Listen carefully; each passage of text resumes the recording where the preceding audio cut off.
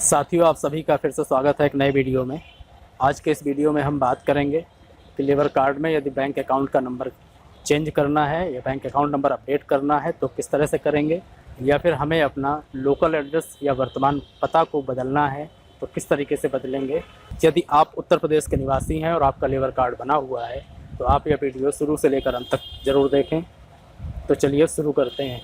यदि आपने अभी तक हमारा चैनल सब्सक्राइब नहीं किया है तो आप इसको सब्सक्राइब कर लें और बेल आइकन को दबा दें, जिससे कि हमारे आगे आने वाले वीडियो आपको तुरंत मिल सकें और आप हमारे द्वारा दी गई जानकारी का लाभ उठा सकें।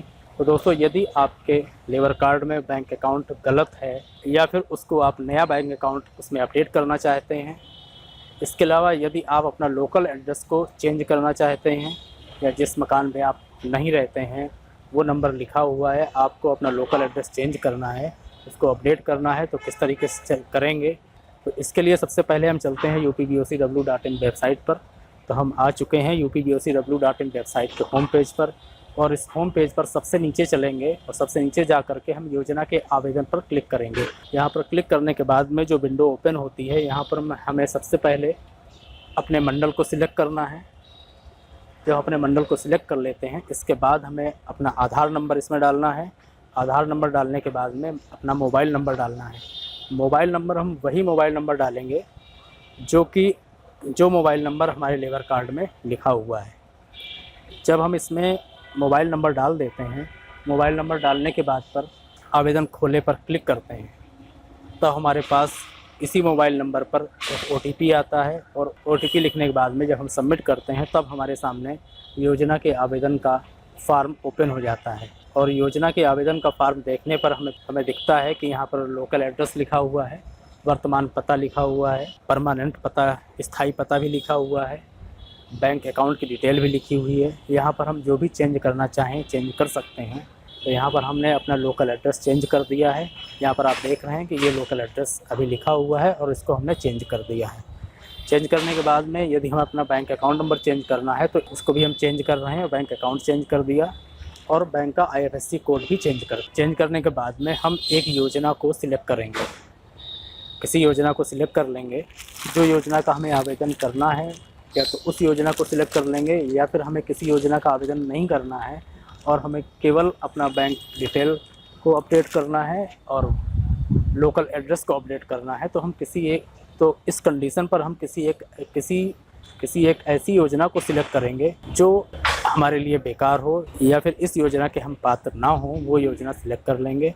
लेकिन ध्यान रहे, आप कई योजना को सिलेक्ट ना करें, जैसे कि पुत्री विवाह अनुदान योजना है, शिशु हित लाभ योजना है, इस तरह के मेधावी छात्र पुरस्कार योजना है। आप ऐसी योजना का चुनाव ना करें जिसका आपको इसमें लाभ लेना हो।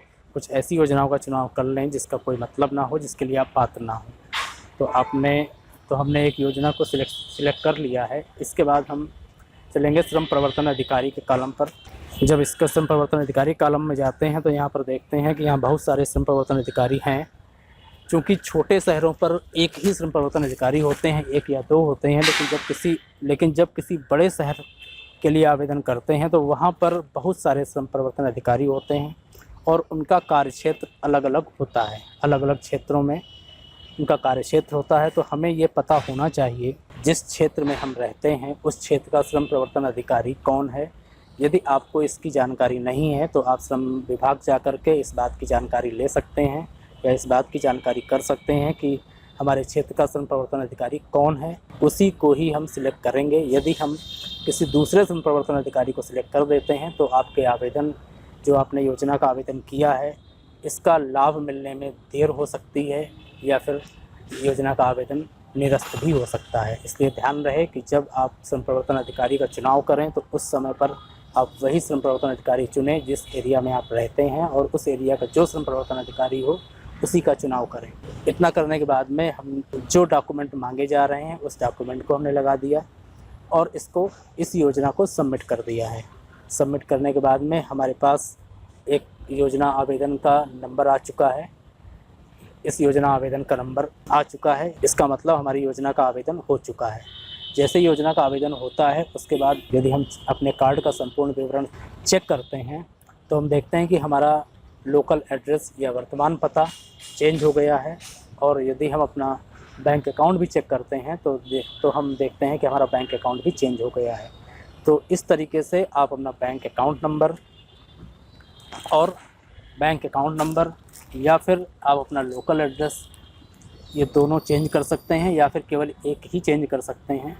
जो भी आप चेंज करना चाहें उसको इस तरह से अपडेट कर सकते हैं।